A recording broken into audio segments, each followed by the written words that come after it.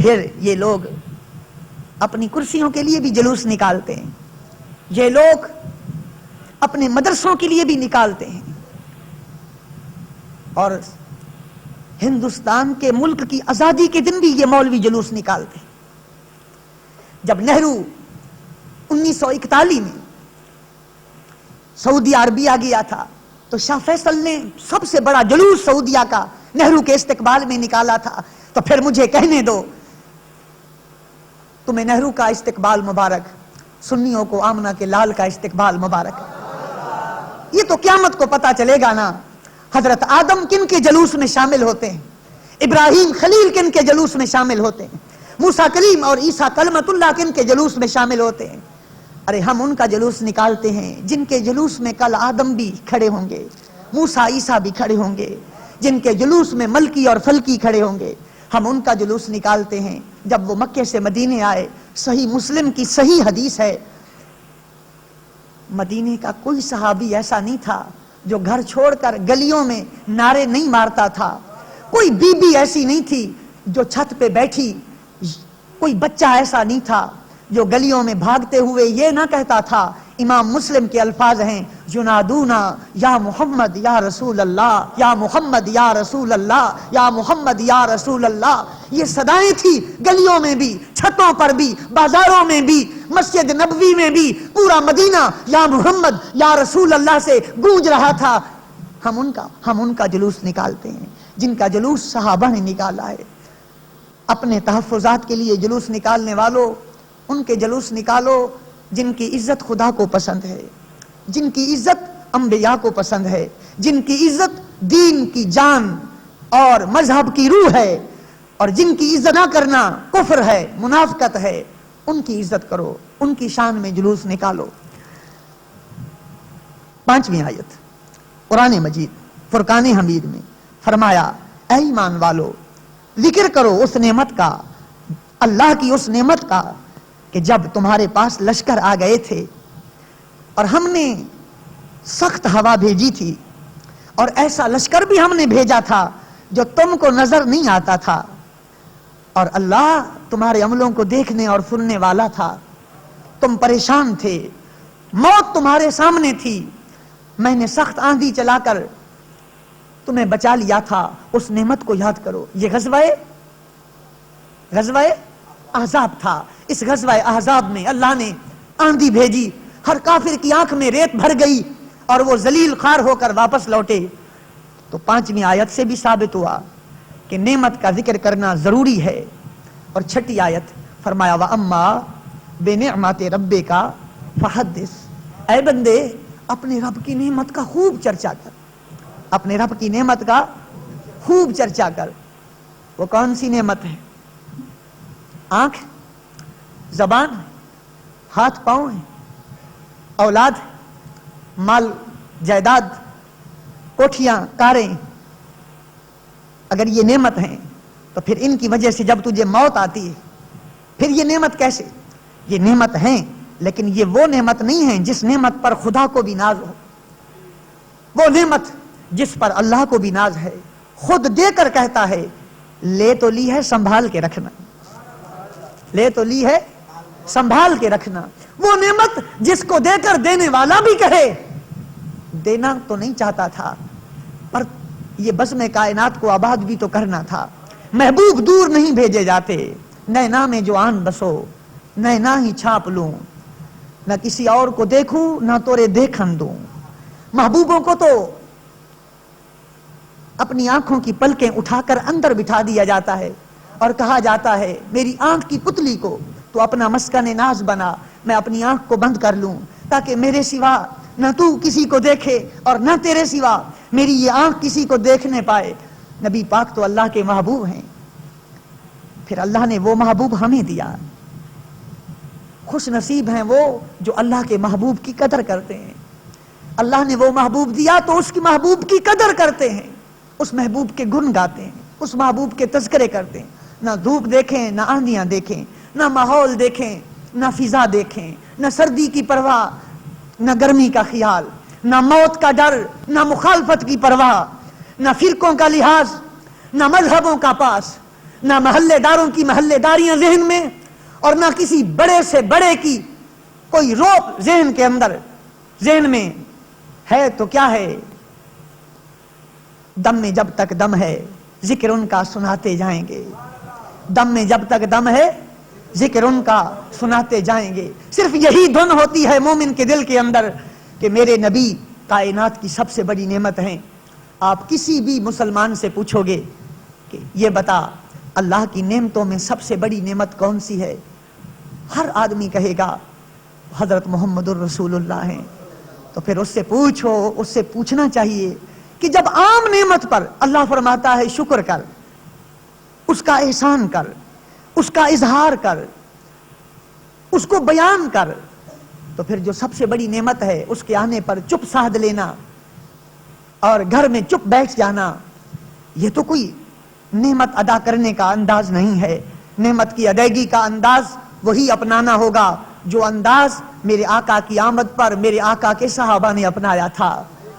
اگر باہر نکلنا، گلیوں میں آنا، نعرے لگانا، پرچم اٹھانا، جھنڈے نصب کرنا، اگر یہ آمد پر خوشی کا اظہار نہ ہوتا، جبریل کبھی کعبے کی چھت پہ میلاد کی رات جھنڈا نہ لگاتا۔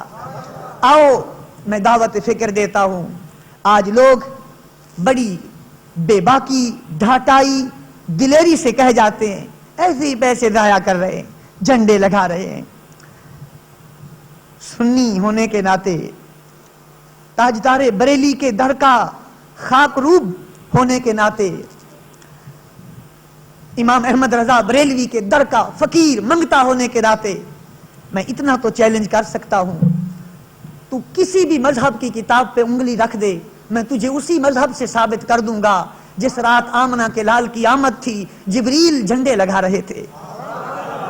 تو جس مذہب پر انگلی رکھ دے، میں اسی مذہب سے ثابت نہ کروں تو جھنڈے لگانا بیکار ٹھہرے گا۔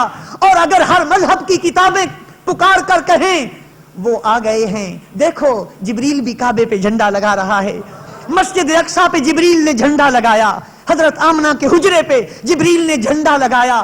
اگر جھنڈے لگانا عبث ہوتا، فضول ہوتا، تو جبریل جیسا فرشتوں کا سردار، بیت المعمور کا خطیب اعظم، وہ ہاتھ میں جھنڈے اٹھا کے آمنہ کے گھر آ کے نصب نہ کرتا۔ ارے ان کی آمد پر تو جبریل جیسے بھی خادم بنے ہوئے ہیں، تو پھر میں کیسے چپ رہ سکتا ہوں؟ پھر میں کیسے گھر میں بیٹھ سکتا ہوں جن کی آمد پہ آدم آ رہے ہیں؟ اے آمنہ تجھے مبارک ہو، بیٹے تو اور ماؤں نے بھی جنے، پر جو تیرا آنے والا ہے اس کا مقام ہی کچھ نرالا ہے۔ ابراہیم خلیل آ رہے ہیں، موسیٰ کلیم آ رہے ہیں، عیسیٰ کلمت اللہ آ رہے ہیں، میرے نبی وہ ہیں جن کی آمد پہ دائیاں نبیوں کی مائیں بن کے آتی ہیں، نبیوں کی بہنیں بن کے آتی ہیں، نبیوں کی بیویاں بن کے آتی ہیں۔ ارے میرے نبی وہ ہیں، صرف انسان ہی نہیں جاگے تھے، دشمن بھی رات کو سو نہیں رہے تھے۔ امام سیوطی کہتے ہیں یہودیوں کا بڑا عالم چیخ چیخ کر مکے کی گلیوں میں کہتا پھرتا تھا، وہ تارا جو کبھی نہ ہٹا تھا وہ آج ہٹ گیا ہے، لگتا ہے آخر الزمان نبی کی آمد قریب ہے۔ بتاؤ کس گھر میں بچہ پیدا ہوا؟ پتا چلا آمنہ کے گھر میں چاند اتر آیا ہے، سورج طلوع ہوا ہے، اتنا حسین ہے کہ چاند، سورج، تارے بھی شرما رہے ہیں۔ وہ آیا، اس نے کہا اس بچے کو الٹا کرو۔ آپ کو جب پہلو بدلایا گیا تو آپ کے دو کندھوں کے مابین سیاہ ترین بالوں کے ساتھ مرغی کے انڈے کے برابر لکھا ہوا تھا محمد الرسول اللہ۔ محمد تو غش کھا کر گر پڑا اور منہ سے نکلا ذہبت النبوہ من بنی اسرائیل، آج کے بعد کوئی اسرائیلی نبی نہ بن سکے گا، اب تو اسماعیل کی اولاد ہی راج کرے گی۔ اب تو اسماعیل کی، اگر میلاد کی رات کی کوئی اہمیت نہ تھی تو یہ یہودی کیوں چیخ رہے تھے؟ اور پھر حضرت عباس کہتے ہیں اس رات، جس رات سرکار آئے، میں سفر پہ تھا، جب تہجد کی نماز کا وقت آیا 3:20 پر رسول اللہ کا میلاد ہوتا ہے نظام شمسی کے مطابق۔ دکھی دل، اجڑے دل، پریشان لوگ، موقع ہاتھ سے نہ جانے دینا۔ اتوار کی جو صبح آئے گی اور سوئی 3:20 پہ پہنچے گی، سمجھ لینا یہ وہ گھڑیاں ہیں جب اللہ نے کائنات کے سب سے بڑے انسان کو پیدا کیا اور دنیا کا سب سے بڑا انقلاب برپا کیا اور اپنی سب سے بڑی امانت زمین پر اتاری۔ یہ وقت کوئی عام وقت نہیں ہے، نوافل پڑھتے رہنا اور 20 منٹ پہ اس رب کی بارگاہ میں ہاتھ اٹھا دینا جس نے مصطفیٰ جیسا نبی عطا فرمایا ہے، اور پھر سرکار کے وسیلے سے جو مانگ سکنا مانگ لینا۔ وہ بہت بڑا خدا ہے، وہ محمد مصطفیٰ کا رب ہے۔ مقبولیت کی گھڑیاں ہیں، مقبولیت کے لمحات ہیں۔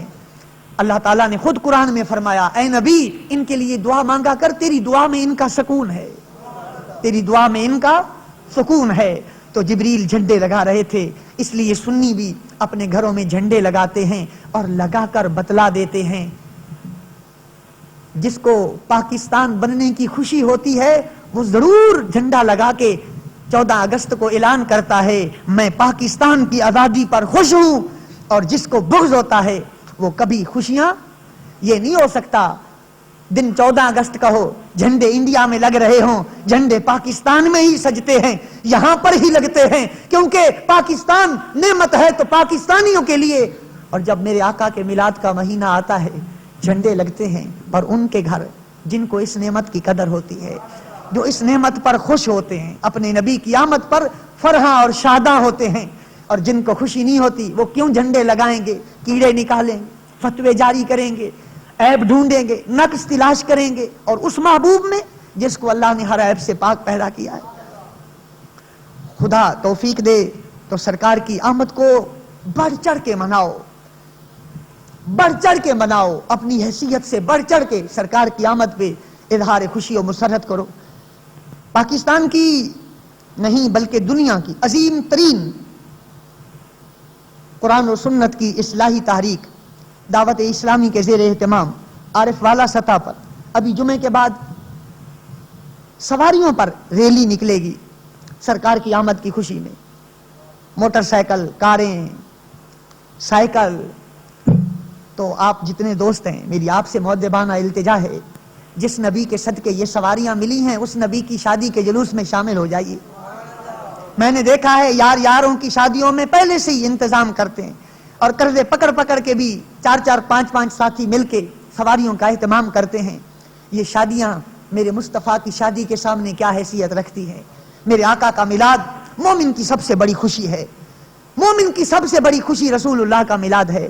اب اس جلوس میں بھی، اور جب بھی کوئی نبی پاک کے نام پہ بلائے، حضرت حنظلہ کی طرح بیوی کے ساتھ 17 راتیں گزری ہوں، بستر چھوڑ کے پرے ہٹ جانا چاہیے اور کہنا چاہیے انشاءاللہ موقع ملا تو ملاقات ہوگی۔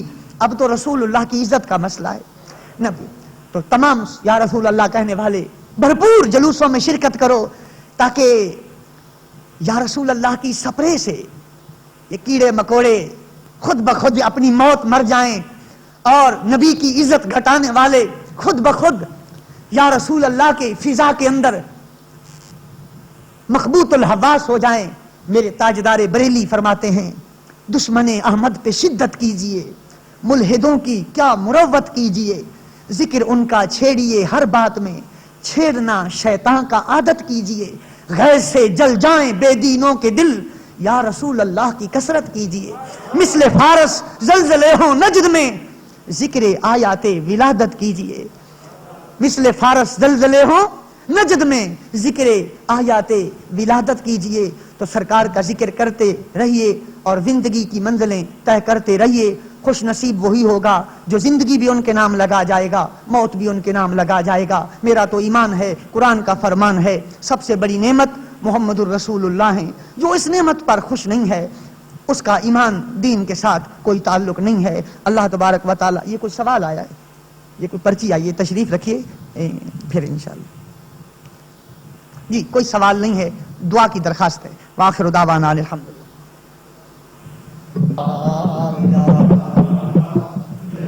الا اللہ محمد الرسول اللہ، الصلاۃ والسلام علیک یا سیدی یا رسول